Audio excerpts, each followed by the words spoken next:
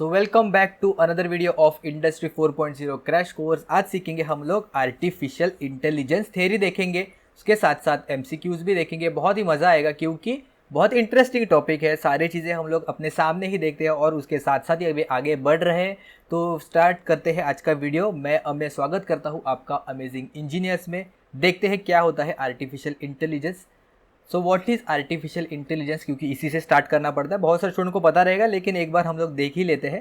Artificial intelligence यानी कि AI is a branch of science which deals with the helping machine find solutions to the complex problems in a more human like fashion. Okay, इंसान की तरह हम लोग machine को सोचने पर मजबूर करते हैं। ये होता है artificial intelligence, man made intelligence हम लोग कह सकते हैं। So this generally involves the borrowing a characteristics from the human intelligence and applying them as a logarithms in a computer friendly way। यानी कि ये देखो, यहाँ पे एक रोबोट दिख रहा है, वो एज ए इंसान की तरह सोचने की यहाँ पे कोशिश कर रहा है क्योंकि इंसान में इंटेलिजेंस बहुत ज़्यादा है। तो उसका रेफरेंस लेके एज अ हम लोग रोबोट्स को या फिर मशीन को ट्रेन करने की कोशिश करेंगे। ये होता है सिंपल आर्टिफिशियल इंटेलिजेंस का। चलते हैं हम लोग हिस्ट्री की तरफ, इससे क्वेश्चन पूछा जा सकता है।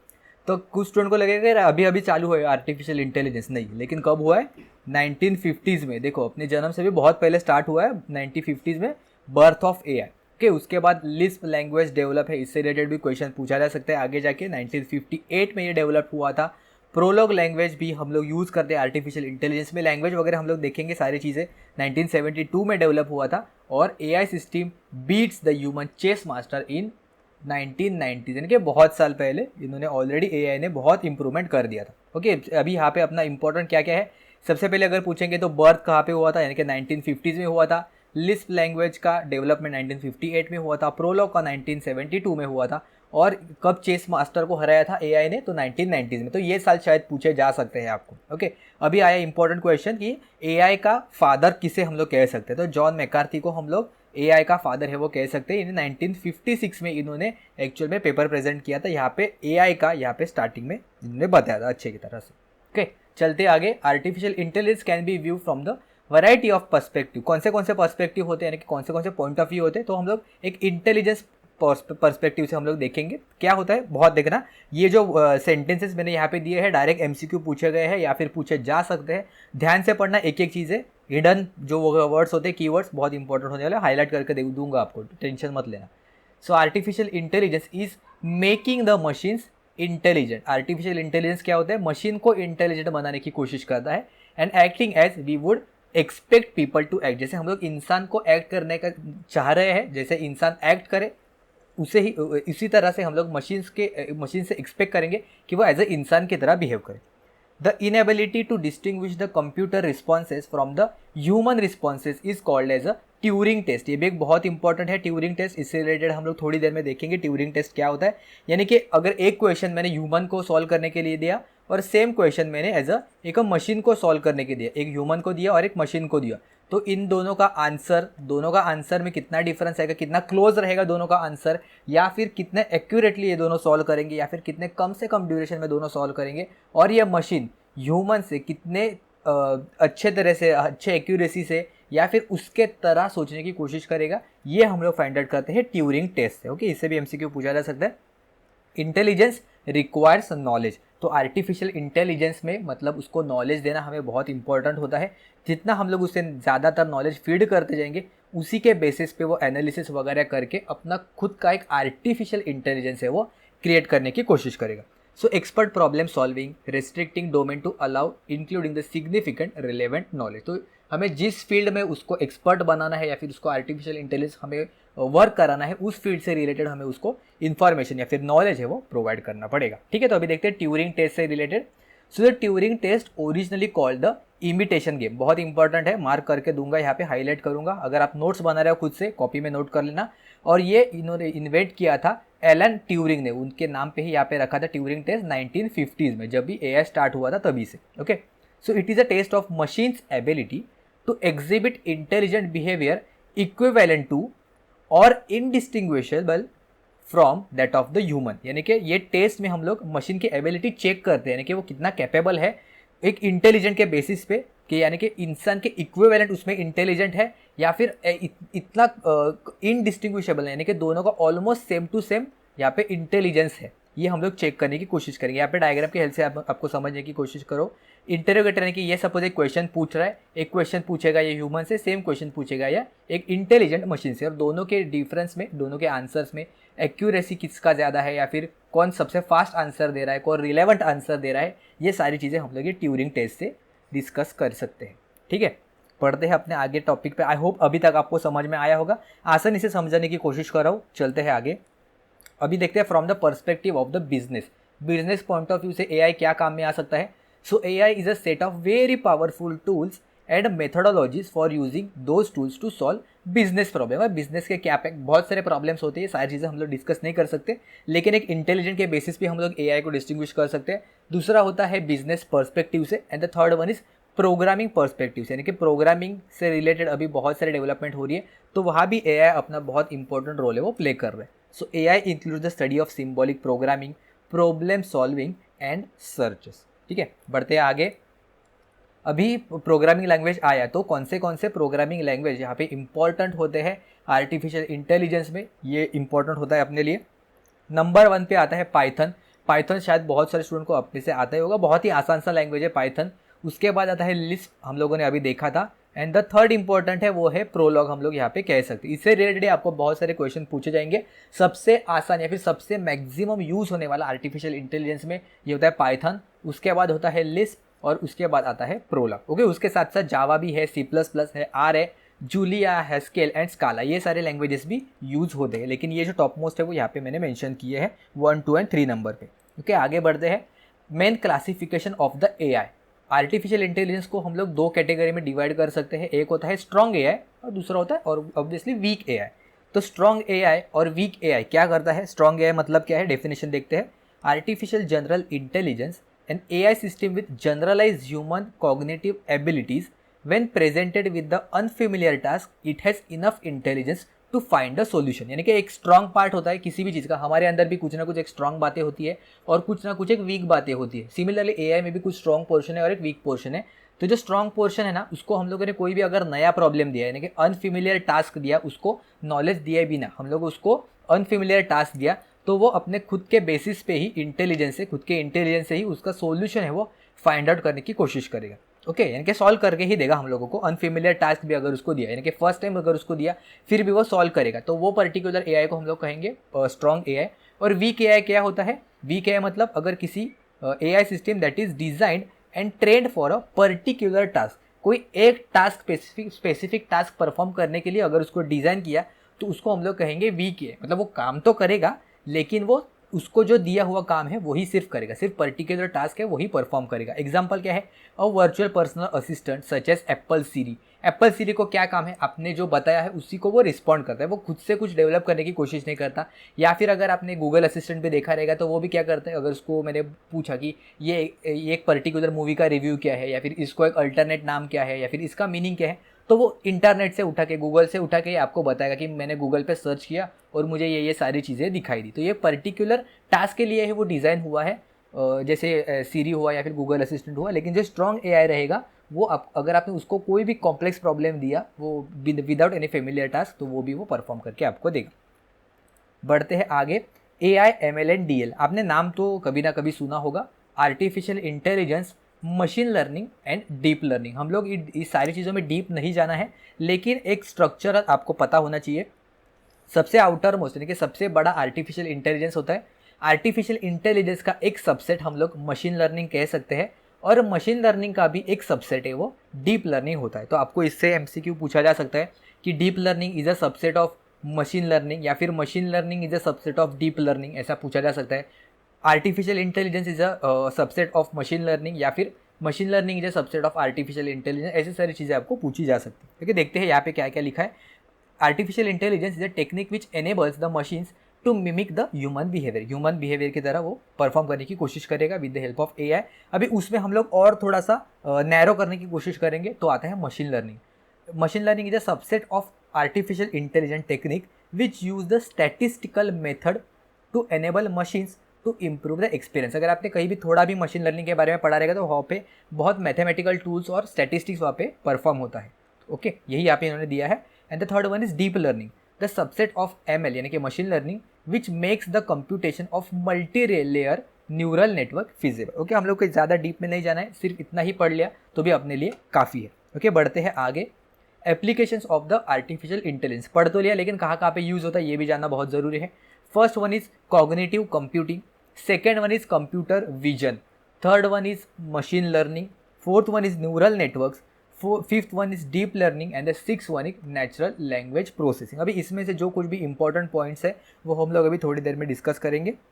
नहीं तो सिर्फ अगर आपने नाम भी ध्यान में रख दिया और सिर्फ नाम से डिकोड करने की कोशिश करेंगे तो भी बहुत इनफ होगा अपने लिए। ओके, अभी क्या क्या है, स्पीच रिकॉग्निशन। आपने देखा रहेगा कि स्पीच टू टेक्स्ट में कन्वर्जन होता है कभी कभी। अभी बहुत सारे वेबसाइट्स वगैरह है, स्पीच टू टेक्स्ट, या फिर अगर आपने टेक्स्ट लिखा तो उससे स्पीच में कन्वर्ट करना, ये तो आसान होता है, लेकिन स्पीच टू टेक्स्ट में कन्वर्ट करना थोड़ा शायद मुश्किल हो सकता है, क्योंकि मैं जो अभी बात कर रहा हूँ वो अगर आपने यूट्यूब में भी देखा रहेगा तो नीचे ऑटोमेटिकली कैप्शंस है वो जनरेट होते हैं, करेक्ट। उसमें तो मैंने कैप्शंस तो खुद से डाला नहीं है, शायद मैं ये वीडियो के लिए कैप्शंस ऑन करके रखूँगा तो हिंदी के लिए या फिर इंग्लिश के लिए वो ऑटोमेटिकली कैप्शंस है वो ऑन कर देता है। तो ये कैसे होता है, और वो भी मैं जैसे बात कर रहा हूँ उसके साथ साथ ही वो जो कैप्शंस है वो ऑटोमेटिकली जनरेट कर रहा है। तो क्योंकि अपने जो वेवफॉर्म्स है हर एक वर्ड का कुछ ना कुछ एक डिफरेंट वेवफॉर्म है वो जनरेट होता है। तो ये हम लोग नॉलेज एक बार स्टोर करके रखते हैं उसके अंदर, और उसके बेसिस पे ही ये हर एक वेवफॉर्म कैसे दिखाई देगा उसके बेसिस पे ये जो सबटाइटल्स वगैरह है वो जनरेट करके हमें देता है। तो ये एक पार्ट एप्लीकेशन है आर्टिफिशियल इंटेलिजेंस का। ओके, अभी आपको लाइव एग्जांपल भी दिखाई दे रहा होगा, शायद मैं नीचे कैप्शंस ऑन करूँगा तो आपको समझ में आ जाएगा, या फिर CC पे क्लिक कर देना आपको समझ में आ जाएगा। ओके, आगे है नेचुरल लैंग्वेज प्रोसेसिंग। अभी आपको पता रहेगा कि मशीन्स का या फिर कंप्यूटर का जो लैंग्वेज रहता है वो डिफरेंट रहता है। जैसे मैं अभी हिंदी में बात कर रहा हूँ या फिर इंग्लिश में बात करूँगा, मराठी में बात करूँगा, तो वो पर्टिकुलर लैंग्वेज डायरेक्टली हम लोग यहाँ पे टाइप तो कर सकते हैं, लेकिन मशीन उसको पहले डिकोड करती है और उसके अदर जो कोई भी पैरामीटर्स रहेंगे या फिर इक्विपमेंट्स रहेंगे उसको ये पर्टिकुलर जो मशीन लैंग्वेज रहेंगी उसमें कन्वर्ट कर देता है। करेक्ट। लेकिन अभी नेचुरल लैंग्वेज प्रोसेसिंग में क्या होता है, ये देखो यहाँ पे आर्टिफिशियल इंटेलिजेंस के हेल्प से जो अपना ह्यूमन लैंग्वेज है ना वही डायरेक्टली जो कंप्यूटर साइंस की हेल्प से हम लोग उसको समझने की कोशिश करेंगे। यानी कि नेचुरल अपने जो लैंग्वेज होते हैं, कोई भी लैंग्वेज ले लो जो कोई भी इंसान बात कर सकता है, वो सारी की सारी languages computer as it is समझने की कोशिश कर सकते हैं। इसके वजह से बहुत एडवांसमेंट हो सकते हैं।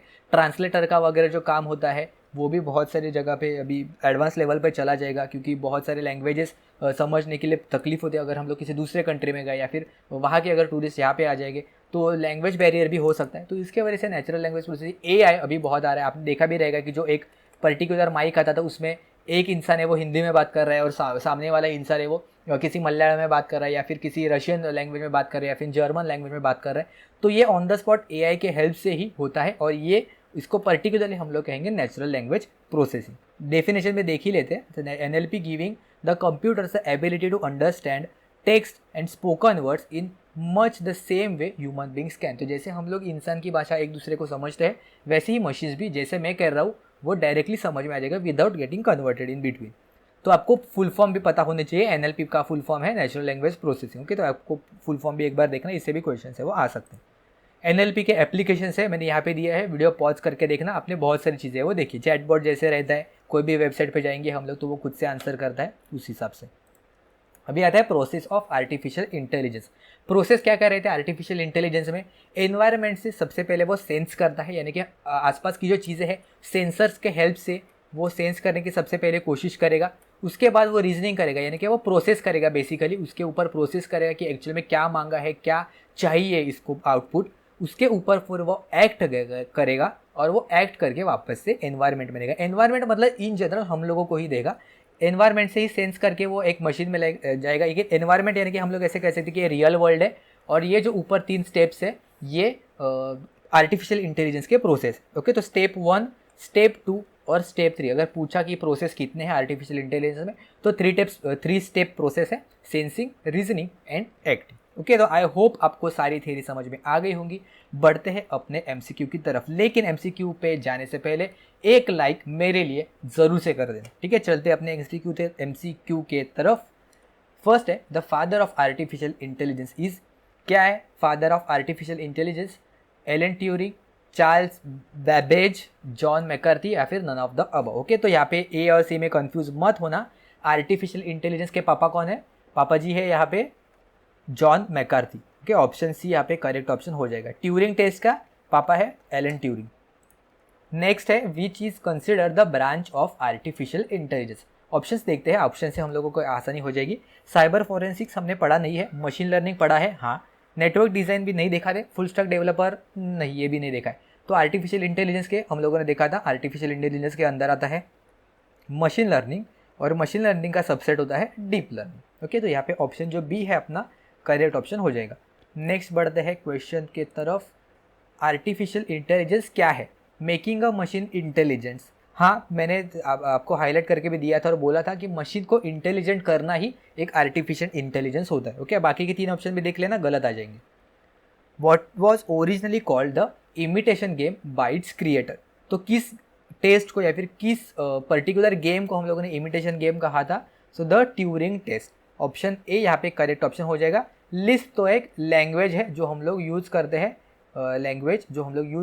AI के लिए। Which one of the jobs could not be taken by the robots with AI? कौन सा जॉब है वो AI के हेल्प से भी, रोबोट के हेल्प से भी हम लोग परफॉर्म नहीं कर सकते? ऑप्शन है doctor, bank clerk, telephone sales person या फिर शॉप वर्कर। देखो, बैंक क्लर्क, शॉप वर्कर और टेलीफोन सेल्स पर्सन में मेरे ख्याल से हम लोग एक फिक्स टाइप ऑफ जॉब रहेगा। अगर उसको हम लोग एक पर्टिकुलर नॉलेज भी देंगे फिर भी वो आसानी से कर सकता है रोबोट। अभी ऑटोमेटिकली कॉल पे भी चलता है, आपको पता ही रहेगा कि एक बटन दबाओ, बटन नंबर 2 दबाओ, आपको अगर आपको ये चाहिए, इधर जाना है, उधर जाना है, तो सारी चीज़ें ऑलरेडी डेवलप तो हो गई है। करेक्ट, बैंक क्लर्क भी, मतलब बैंक से भी अभी कॉल आने लगे हैं कि आपको क्रेडिट कार्ड वगैरह चाहिए कि नहीं चाहिए, रोबोट के हेल्प से डायरेक्टली स्टोर्ड रहता है, उसके हेल्प से। शॉप वर्कर भी अगर आपको रहेगा कि मतलब ऑनलाइन रहेगा या फिर ऑनलाइन में मोस्टली चैट बॉट्स वगैरह रहते हैं, तो मैं उसी के कैटेगरी में इसको कंसिडर करूँगा, शॉप वर्कर वगैरह।